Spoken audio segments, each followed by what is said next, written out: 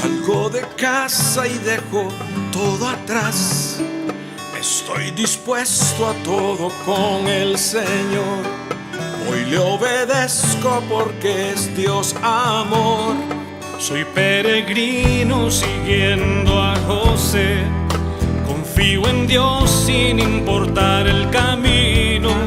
Sé que hay un plan de amor para mí, que al final me salvará de Egipto. Este es mi credo, credo, credo.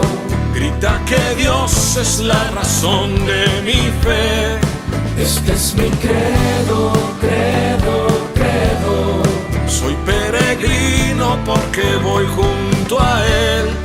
Voy caminando con la iglesia. Nubes de fieles van hacia Él.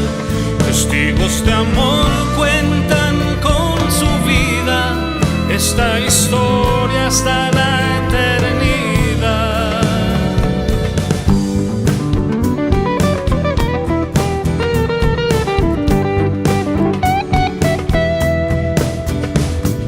Credo, credo, credo. Credo, credo, credo. Credo, credo, credo. Soy peregrino con gente de a pie, santos sencillos que esparcen la fe. En Dios el Padre, en Jesús y el Espíritu, pueblo de Dios, iglesia peregrina. Este es mi credo, credo, credo. Grita que Dios es la razón de mi fe. Este es mi credo, credo, credo.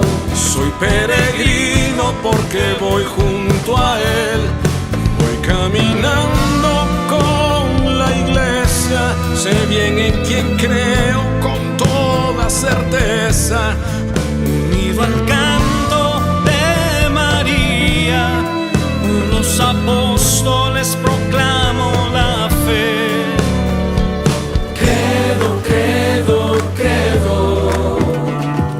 Credo, credo, credo.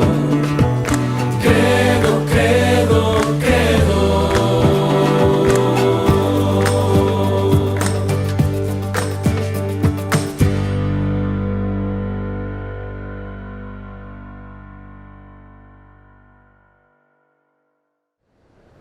Mis queridos peregrinos, muy buenos días. Estamos ya en uno de nuestros últimos días de nuestra peregrinación antes de la Semana Santa. Estamos en un lugar histórico importantísimo de la antigüedad y un poco también del Israel moderno, y se lo quiero mostrar en mi super mapa tecnológico, que espero que se habitúen ustedes a mi alta tecnología. Miren dónde estamos. Estamos en Cesarea Marítima.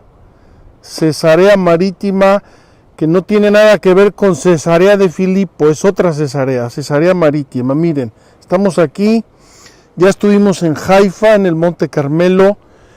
Vamos a estar en Tel Aviv al rato, en Jafo. Aquí está Jafo y aquí está Jerusalén.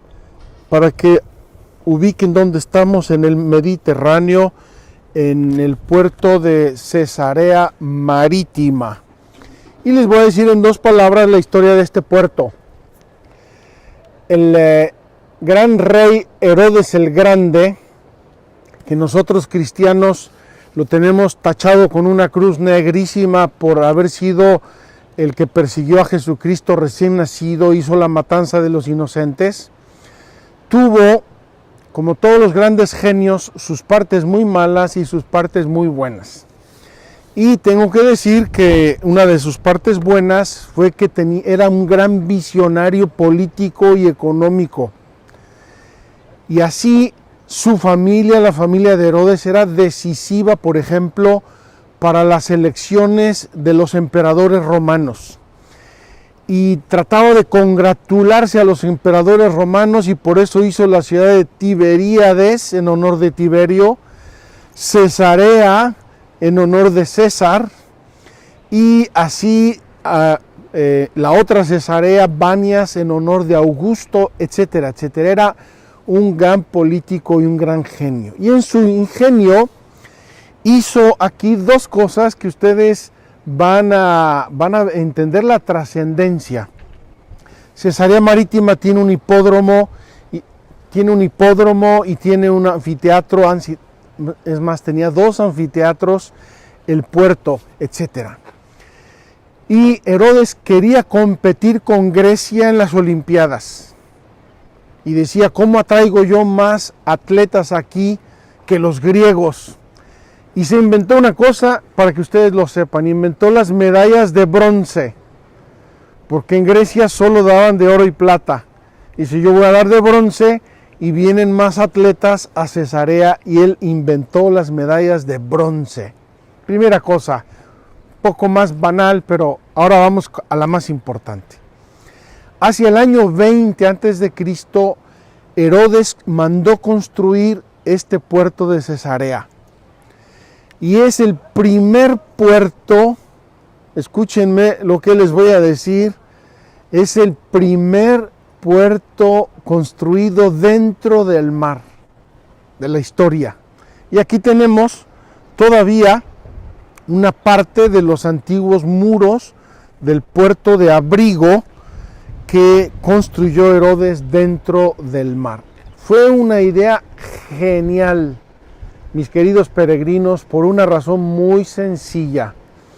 Si en un puerto normal, tradicional, en el Mediterráneo, llegaban barcos de 500 toneladas, en el puerto de Arribo llegaban barcos de 2,000 toneladas. Imagínense lo que eso significa a la hora de disminuir costos. Imagínense lo que significa a la hora de poder mandar más mercancías o poder mandar objetos más grandes. Por ejemplo, aquí han encontrado columnas de granito o de mármol prácticamente de toda la zona del Mediterráneo. Es decir, cargaban los barcos y podían transportar cantidades mucho más grandes y mucho más pesadas de mercancías, con todo lo que eso influye en una región para el comercio. Voy a pedirle a Paula que me preste de nuevo mi super mapa tecnológico, porque les quiero mostrar que a Cesarea Marítima llegaba la vía de Siria, llegaba la vía de Jordania, llegaban vías del sur por el desierto del actual Yemen, Arabia Saudita, llegaban las especies, llegaba la seda, llegaba cargas enormes de mercancías que aquí comerciaban a través del puerto de Cesarea, comerciaban por todo el Mediterráneo. Acceder al Mediterráneo de todo el Medio Oriente era una fábula, pueden ustedes imaginarse. ¿Cómo traían las mercancías? Las traían en camellos.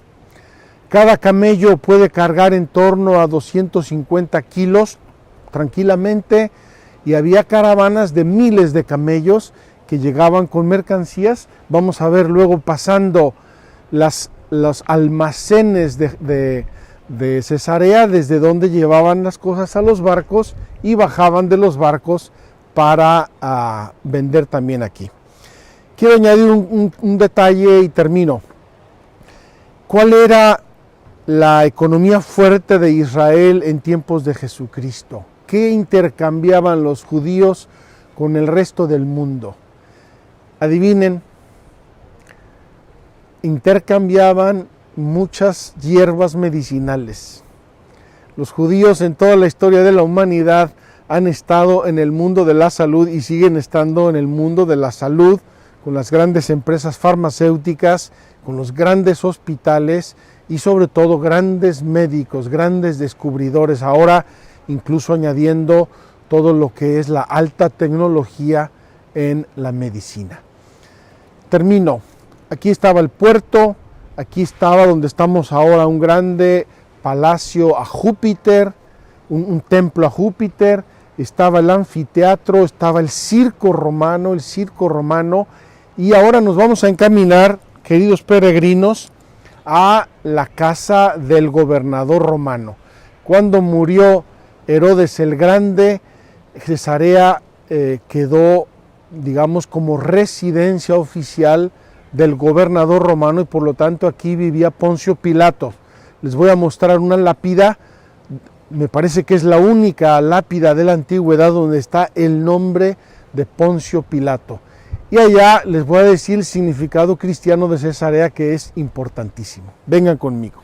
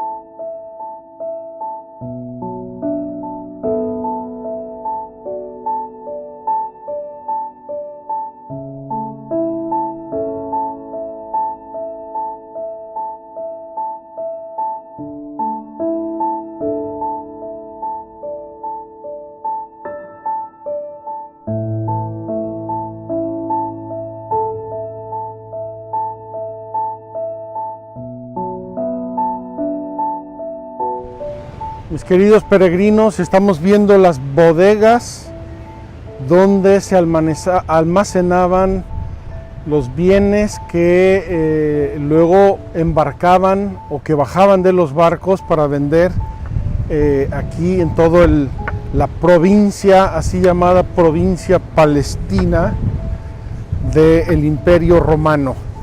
Aquí en mi lado izquierdo, todo esto que están viendo eran casas, villas, algunas de ellas muy hermosas, muy importantes. Y la historia de Cesarea, que repito, fue fundada por Herodes el Grande hacia el año 20 a.C. La historia de Cesarea va a seguir un poco todos los periodos de la historia antigua. El periodo romano, el periodo bizantino, el periodo islámico. Los cruzados tuvieron aquí un puerto muy importante. Volvió a ser después de los musulmanes, y tristemente Cesarea sufrió en la antigüedad varios terremotos y varios tsunamis o maremotos que se produjeron en esta zona y que la devastaron completamente. Así estamos ahora, queridos peregrinos, estamos atravesando el circo de Cesarea. Imagínense, probablemente en estas arenas donde estamos caminando habrán luchado gladiadores, probablemente aquí martirizaron a muchos cristianos. Hay un grande santo de la antigüedad que es Eusebio de Cesarea, el primer gran historiador del cristianismo, era originario de esta ciudad.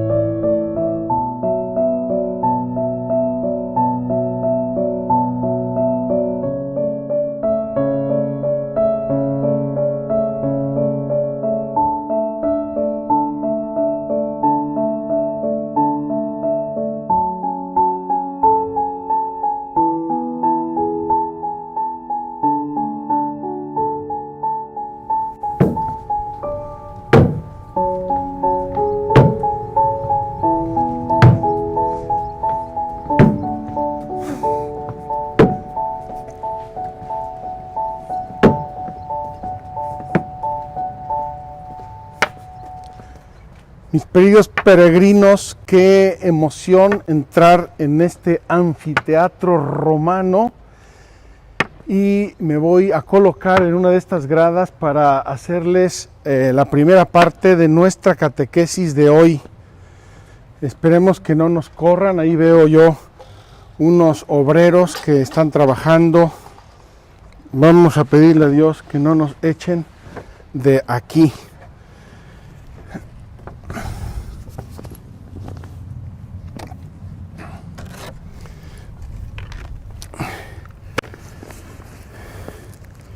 Yo no sé si ustedes lo han pensado alguna vez, pero en los teatros, el teatro romano, los teatros griegos, fueron en la antigüedad el internet de la época, porque hasta que se inventó el teatro las cosas pasaban de persona a persona, uno a uno. De repente se inventa el teatro y 3 personas o 4 desde el estrado pueden influir en 15 o 20 mil personas. Fue una grande invención de la cultura antigua, y por eso quiero yo aprovecharme este teatro. Queridos hermanos, hoy nuestro tema de catequesis es importantísimo, es capital. Es el perdón de los pecados. La Iglesia tiene el poder de perdonar los pecados, y ese perdón de los pecados está unido, o mejor dicho, tiene su raíz en el creo en el Espíritu Santo. Creo en el Espíritu Santo.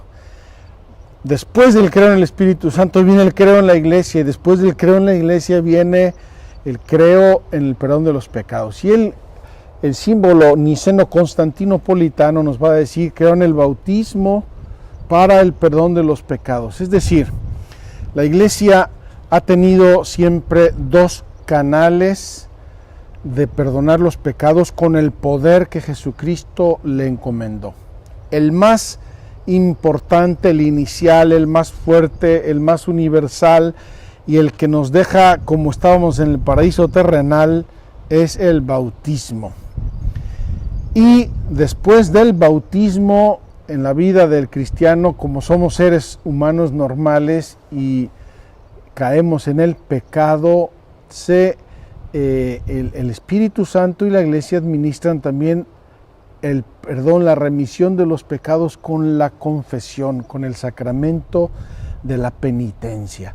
Estos son los 2 grandes canales del perdón. Y quiero empezar hablando del bautismo, queridos hermanos. Vamos a hablar aquí del bautismo porque es importantísimo, es fundamental en la Iglesia, y es el inicio de nuestra vida en Dios, en Cristo. Ahí renacemos, ahí somos regenerados, vueltos a nacer.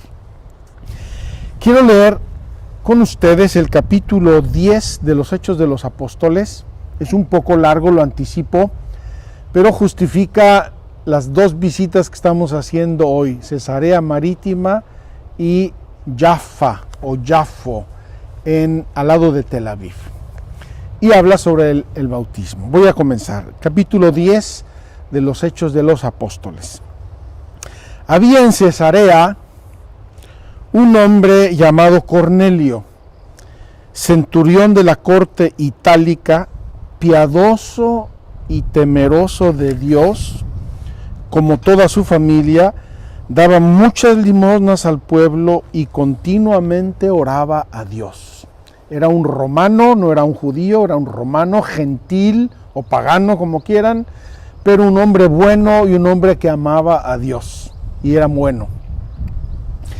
Vio claramente en visión hacia la hora 9 del día, 3 de la tarde, que el ángel de Dios entraba en su casa y le decía: Cornelio.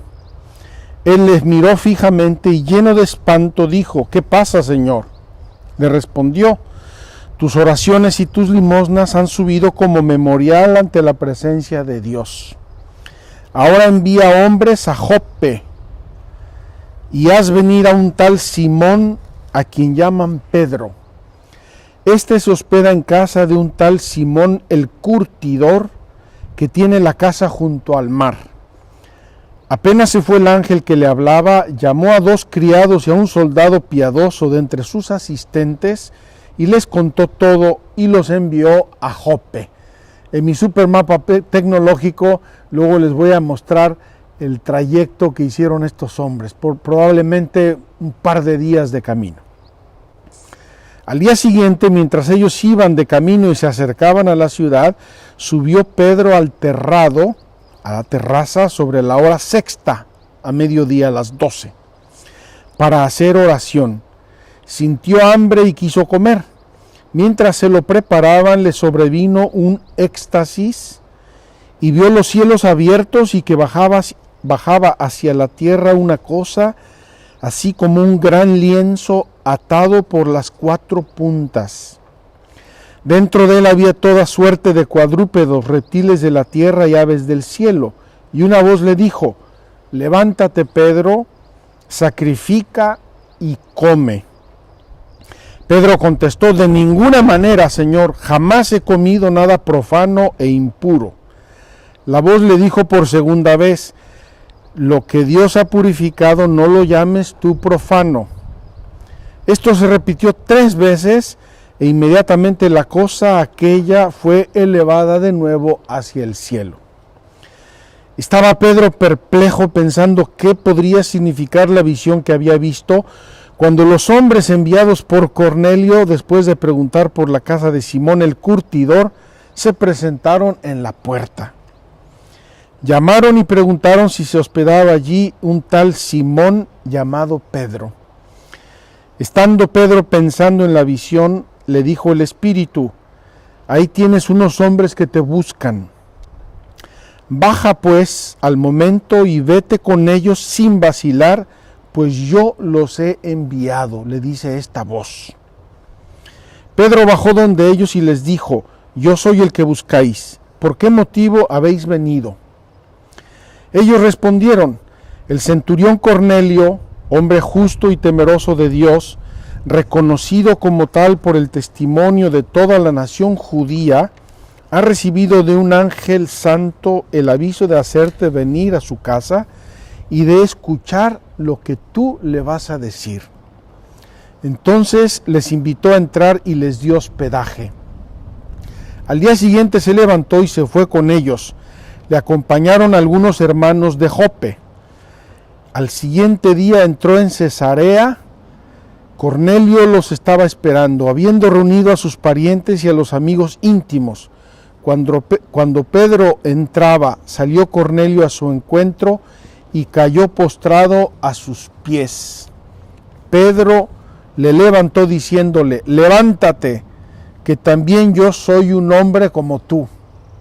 No te postres, soy un hombre. ¿Qué quieres? Pero soy un hombre. Y conversando con él entró y encontró a muchos reunidos. Y les dijo: vosotros sabéis que no le está permitido a un judío juntarse con un extranjero ni entrar en su casa. Pero a mí me ha mostrado Dios que no hay que llamar profano o impuro a ningún hombre. Voy a hacer un pequeño paréntesis, hermanos, peregrinos. ¿Se acuerdan los temas por los que Jesucristo entró en conflicto con el judaísmo oficial de su tiempo? La comida, la circuncisión, el templo, la observancia del sábado. Y aquí Pedro ya tocó 2 puntos. Primero, la comida. Mata y come. No, jamás he comido nada profano. Mata y come, porque no llames profano lo que Dios ha santificado, lo que Dios ha hecho.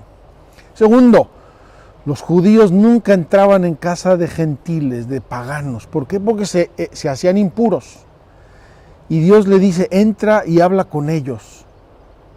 Dios no hace acepción de personas.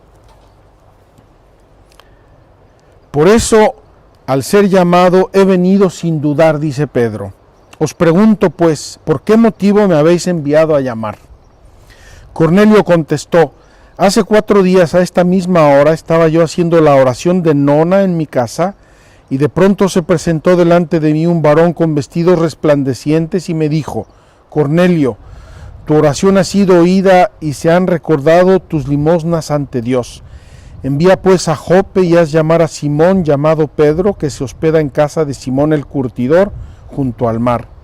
Al instante mandé enviados donde ti, y tú has hecho bien en venir. Ahora pues, todos nosotros en la presencia de Dios estamos dispuestos para escuchar todo lo que te ha sido ordenado por el Señor. Vean cómo la providencia de Dios va conjuntando los hechos y las personas y los mensajes.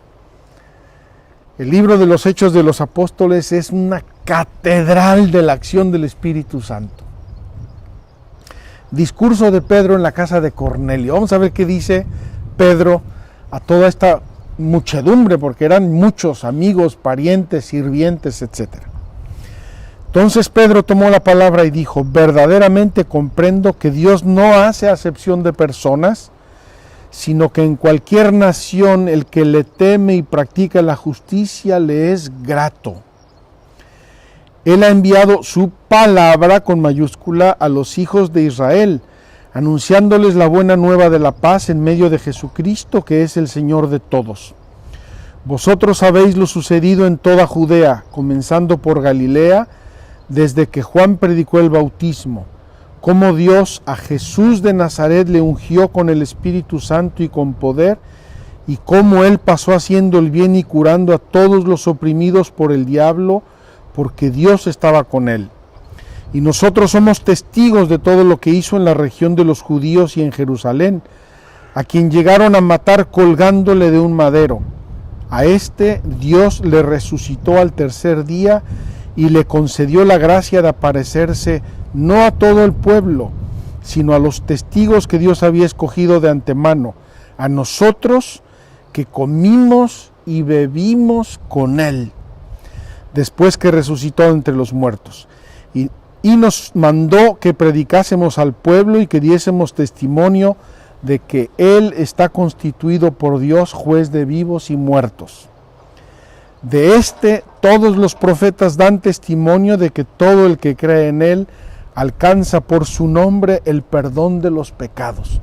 Queridos hermanos, este discursito de Pedro es el abuelito del credo apostólico. No sé si vieron los elementos que va mencionando Pedro. Y aquí viene lo maravilloso también para nosotros, porque nosotros venimos no del pueblo judío, sino de los gentiles y paganos. Bautismo de los primeros gentiles. Estaba Pedro diciendo estas cosas cuando el Espíritu Santo bajó sobre todos los que escuchaban la palabra.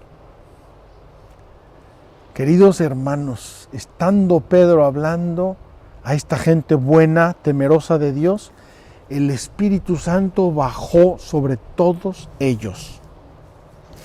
Y los fieles circuncisos que habían venido con Pedro quedaron atónitos al ver que el don del Espíritu Santo había sido derramado también sobre los gentiles. Hasta este momento, el bautismo, la predicación y el don del Espíritu Santo se había quedado, entre comillas, en la frontera judía. Pero aquí en Cesarea Marítima, por primera vez, el Espíritu Santo muestra que está abierto a todas las naciones. Cosa que Cristo ya les había dicho a los apóstoles: ir a todo el mundo y anunciar el Evangelio y bautizar a las gentes. Pero aquí, por así decir, se rompe este seno judío y se abre a todos los gentiles.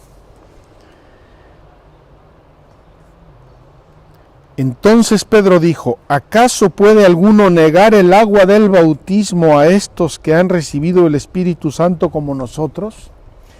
Y mandó que fueran bautizados en el nombre de Jesucristo. Entonces le pidieron que se quedase con ellos algunos días.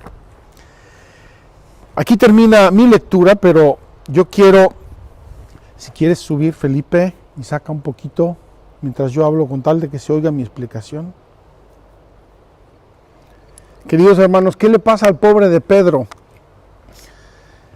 Este hecho llega a oídos de los cristianos de Jerusalén, que eran todos judíos. Incluso había sacerdotes convertidos y fariseos convertidos. Y eran judaizantes, es decir, querían que todo el mundo entrara un poco por el canal del judaísmo si creían en Jesús. Y Pedro va y les dice, les platica toda la visión de los animales que mandó Cornelio, unas personas que vino con ellos, todo lo que le dijo el Espíritu Santo. Y Pedro va a decir: hermanos, ¿quién era yo para oponerme a lo que estaba yo viendo que hacía el Espíritu Santo? Bajó sobre ellos el Espíritu Santo como había bajado sobre nosotros en Pentecostés, y por eso los bauticé. Y por eso entré y me quedé a dormir en casa de un pagano, de un gentil. Queridos hermanos, se rompe el seno del judaísmo y se abre a los gentiles. Tendríamos aquí, todos los que venimos de la gentilidad, a arrodillarnos y besar estas piedras, porque aquí la iglesia, el Espíritu Santo, la predicación apostólica rompe las fronteras del judaísmo y se extiende por todo el mundo. Y miren a quién escogió Dios: a Cornelio, un hombre famoso por ser bueno, por sus obras de caridad, un hombre famoso porque era famoso entre todos los judíos. Y miren dónde ocurre esto. Miren dónde ocurre esto, queridos hermanos. Ocurre en el puerto más importante del Mediterráneo. Es decir, en el lugar desde donde partiría el cristianismo y se distribuiría por todo el imperio romano, porque de aquí salían las naves a todo el imperio romano. Qué hermosa providencia de Dios, queridos hermanos, qué acción del Espíritu Santo. El capricho de Herodes, ¿verdad?, para congratularse con César, que además vino a la inauguración de Cesarea porque era el invitado de honor. Ese capricho de Herodes, él no sabía que todos esos barcos gigantes que llegaban aquí, los más grandes porque podían atracar en su puerto de abrigo, iban a llevar el cristianismo. Y de aquí salió España, salió Italia, salió a Grecia, salió el norte de África, salió a Galia, Francia del Norte, Inglaterra. Desde aquí se difunde el cristianismo en todo el mundo conocido y sobre todo en todo el imperio romano. Qué hermoso, hermanos, qué bendición de Dios, qué lugar tan significativo. Quiero decirles que podríamos pasar días en Cesarea Marítima si quisiéramos estudiar y analizar a fondo la arqueología, la estructura de la ciudad, pero venimos a otro tema. Quiero ir ahora con ustedes a otro lugar espléndido. Pasamos por ahí antes brevemente, pero quiero hablar con ustedes de nuestra catequesis y con el catecismo en la mano, a nada más y nada menos, queridos hermanos, que al palacio de Poncio Pilato, donde unos años más tarde, hacia el año 57-60 de nuestra era, estuvo preso Pablo, San Pablo, Saulo. Aquí estuvo preso, aquí dio testimonio ante el procurador romano y de aquí apeló al César y fue llevado a Roma, donde iba a dar testimonio de Cristo y donde iba a sufrir el martirio por dar testimonio de Jesucristo. Vamos a la casa de Poncio Pilato y ahí concluimos nuestra catequesis.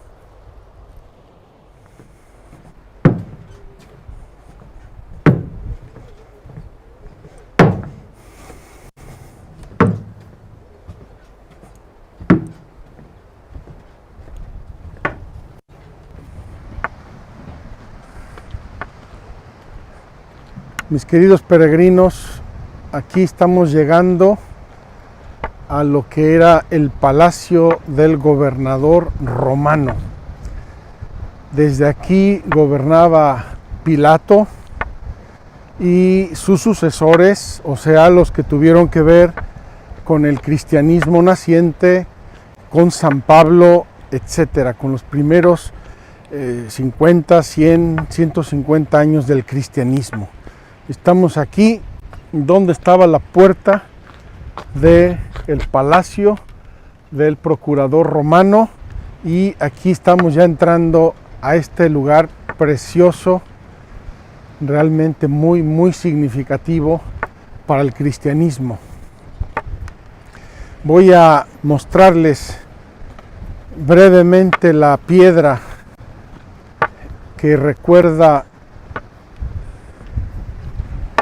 a Poncio Pilato, habla de Poncio Pilato, y luego les voy a mostrar dónde se recuerda la cárcel.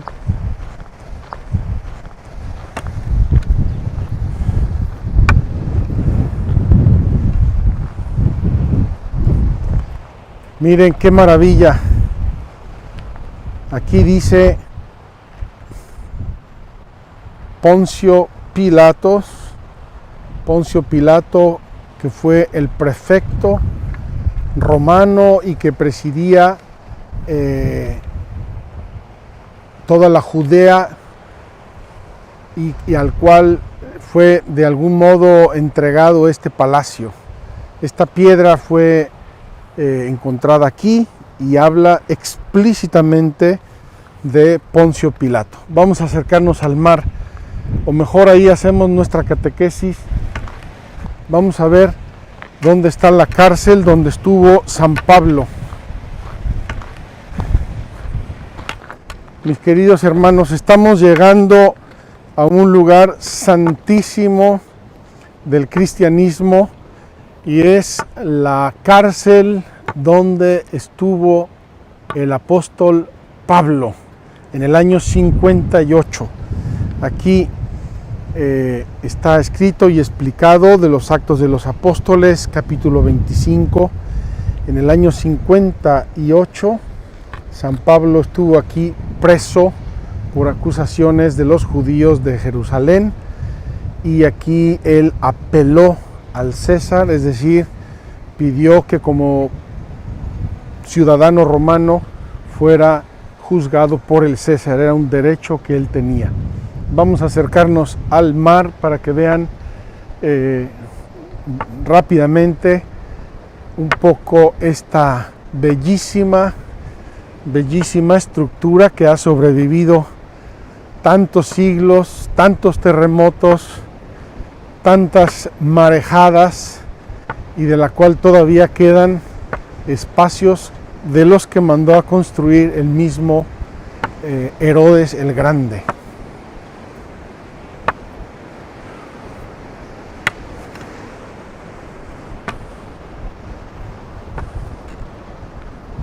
Aquí pueden ver lo que queda de las rocas de una de las partes, o una gran parte de lo que era el palacio de Poncio Pilato, y aquí debajo se ven todavía mosaicos bizantinos de los usos que se hicieron en diversos periodos de la historia. Queridos hermanos, imagínense este horizonte desde el cual partió el cristianismo por primera vez. Iba en los cristianos perseguidos de Jerusalén a propósito de la persecución y la muerte de Esteban.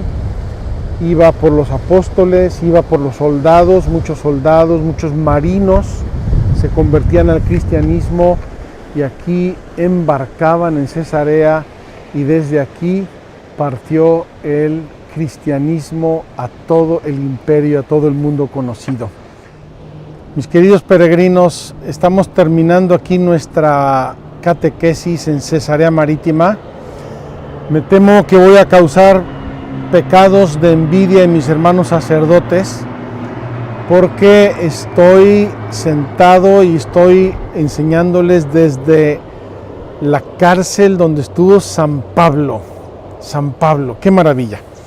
Voy a leer el catecismo porque son 2 paginitas maravillosas, y queridos hermanos, me gustaría que aterrizáramos en una cosa. Después de todo lo que hemos dicho, revelación, creación, salvación, pecado, caída, levantamiento, regeneración, el Espíritu Santo, la iglesia y todo eso, al final tenemos que concluir en ¿y yo qué? ¿Y yo qué? ¿Y esto qué tiene que ver conmigo?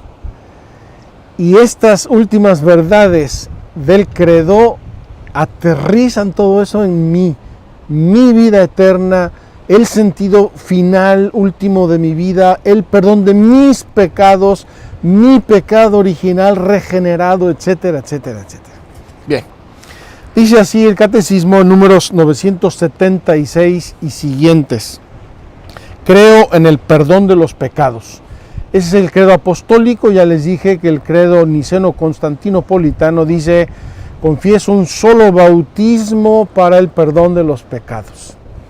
Entonces, dice, el símbolo de los apóstoles vincula la fe en el perdón de los pecados a la fe en el Espíritu Santo, pero también a la fe en la Iglesia y en la comunión de los santos. Queridos hermanos, el perdón de los pecados tiene que ver con toda la Iglesia, no solo conmigo, somos un cuerpo vivo. Al dar el Espíritu Santo a sus apóstoles, Cristo resucitado, el mismísimo día de la resurrección, les confirió su propio poder divino de perdonar los pecados. Sopló sobre ellos y les dijo: recibid el Espíritu Santo. A quienes perdonéis los pecados les quedan perdonados, a quienes se los retengáis les quedan retenidos. Y dice así el Catecismo, aquí una anotación que me parece importante. Estos temas se estudian más a fondo en la segunda parte del Catecismo, que es la teología sacramental. Cómo se vive el bautismo, cómo se vive el sacramento de la penitencia, etcétera, etcétera. Aquí vamos solamente a decir 2 o 3 ideas muy generales. Nuestro Señor vinculó el perdón de los pecados a la fe y al bautismo. A la fe y al bautismo. Id por todo el mundo y proclamad la buena nueva a toda la creación. El que crea y sea bautizado se salvará. Es inequívoca la palabra de Jesucristo. El bautismo es el primero y principal sacramento del perdón de los pecados, porque nos une a Cristo muerto por nuestros pecados y resucitado para nuestra justificación, a fin de que vivamos también nosotros una vida nueva. Dios, hermanos, es tan sencillo. El bautizado que entiende lo que está haciendo está muriendo. Fíjense qué hermoso. No dice medio se enferma y luego se compone. Se muere. El que se bautiza muere al hombre viejo, mueren las obras del hombre viejo, el pecado original, todo muere. Y nace un ser nuevo que es un ser en Cristo. Por eso dice la teología sacramental bautismal, regenerados, generados de nuevo. En el momento en que hacemos nuestra primera profesión de fe al recibir el bautismo que nos purifica, es tan pleno y tan completo el perdón que recibimos que no nos queda absolutamente nada por borrar. Sea de la falta original, sea de las faltas cometidas por nuestra propia voluntad, ni ninguna pena que sufrir para expiarlas. Sin embargo, la gracia del bautismo no libra a la persona de todas las debilidades de la naturaleza. Sería muy suave, ya me bauticé y ya quedé como un ángel. La vida del hombre es una milicia sobre la tierra, hay que luchar. Hay que luchar contra los pecados capitales, que son como las raíces de todos los pecados. Quería hablar de eso, pero lo vamos a dejar para la próxima peregrinación. Fíjense, un adulto que recibe el bautismo, un hombre de 50 años, ha matado, ha fornicado, ha robado, es un egoísta, un idólatra, todo lo que sea, y ocurría y ocurre. Con el bautismo queda purificado completamente. Es solamente después del bautismo, cuando cometemos pecados personales, cuando necesitamos el sacramento de la reconciliación, la confesión, el perdón de nuestros pecados. En este combate contra la inclinación al mal, ¿quién será el que lo suficientemente valiente y vigilante para evitar toda herida del pecado? Si pues era necesario que la iglesia tuviese el poder de perdonar los pecados, también hacía la falta que el bautismo no fuese para ella el único medio de servirse de las llaves del reino de los cielos que había recibido de Jesucristo. Era necesario que fuese capaz de perdonar los pecados a todos los penitentes, incluso si hubieran pecado hasta el último momento de su vida. Es decir, el bautismo perdona todo. Después del bautismo, dado que somos seres humanos, somos falibles y errare humanum est, es de los humanos equivocarse y fallar y pecar. La iglesia necesitaba el instrumento para perdonarnos hasta el instante último de nuestra muerte, y esa es la confesión, el perdón de los pecados. Por medio del sacramento de la penitencia, el bautizado puede reconciliarse con Dios y con la iglesia. Quiero decirles una cosa: ¿por qué los confesionarios tradicionalmente en la iglesia están en un lugar público y uno se levanta, ¿verdad?, antes de misa o durante la misa y se va, se pone en la fila y se confiesa? Porque la confesión es también una reconciliación con la iglesia. Confesándome yo y recibiendo el perdón de mis pecados, también me estoy reconciliando con mis hermanos. Tiene una dimensión social en el cuerpo de la iglesia. Dice el segundo apartado, brevísimo, la potestad de las llaves. Cristo, después de la resurrección, envió a sus apóstoles a predicar en su nombre la conversión para perdón de los pecados a todas las naciones. Nos mandó a predicar en su nombre la conversión. ¿Por qué en su nombre? Porque solo Dios puede perdonar los pecados. Solo Dios. Este ministerio de la reconciliación no lo cumplieron los apóstoles y sus sucesores anunciando solamente a los hombres el perdón merecido para nosotros por Cristo y llamándoles a la conversión y a la fe, sino comunicándoles también la remisión de los pecados por el bautismo y reconciliándolos con Dios y con la iglesia gracias al poder de las llaves recibido por Cristo.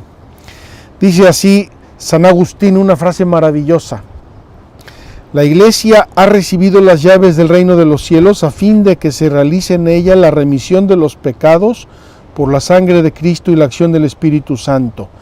En esta iglesia es donde revive el alma que estaba muerta por los pecados, a fin de vivir con Cristo, cuya gracia nos ha salvado. Por eso se dice pecado mortal, pecado que lleva el alma a la muerte espiritual y revive por el sacramento de la penitencia. No hay ninguna, miren qué hermoso, queridos hermanos, y yo se los puedo decir como sacerdote, y lo digo temblando, conmovido por el don de Dios. No hay ninguna falta, por grave que sea, que la iglesia no pueda perdonar. Nada, nada, en ningún campo, de ningún tipo, de ninguna magnitud, con ningún nivel de malicia, que la iglesia no pueda perdonar. No hay nadie tan perverso y tan culpable que no deba esperar con confianza su perdón siempre que su arrepentimiento sea sincero. Esta es la condición, el arrepentimiento sincero, el deseo de cambiar, el deseo de corregirse. Cristo, que ha muerto por todos los hombres, quiere que en su iglesia estén siempre abiertas las puertas del perdón a cualquiera que vuelva del pecado. La famosa parábola de la oveja perdida. El buen pastor deja las 99 y se va detrás de la perdida. ¿Por qué? Porque es la que más necesita y hay más regocijo en el cielo por el pecador arrepentido que por los 99 justos. Hermosísima la parábola del hijo pródigo. La catequesis, yo diría la acción pastoral de la iglesia, se esforzará por avivar y nutrir en los fieles la fe en la grandeza incomparable del don que Cristo resucitado ha hecho a su iglesia, la misión y el poder de perdonar verdaderamente los pecados por medio del ministerio de los apóstoles y de sus sucesores.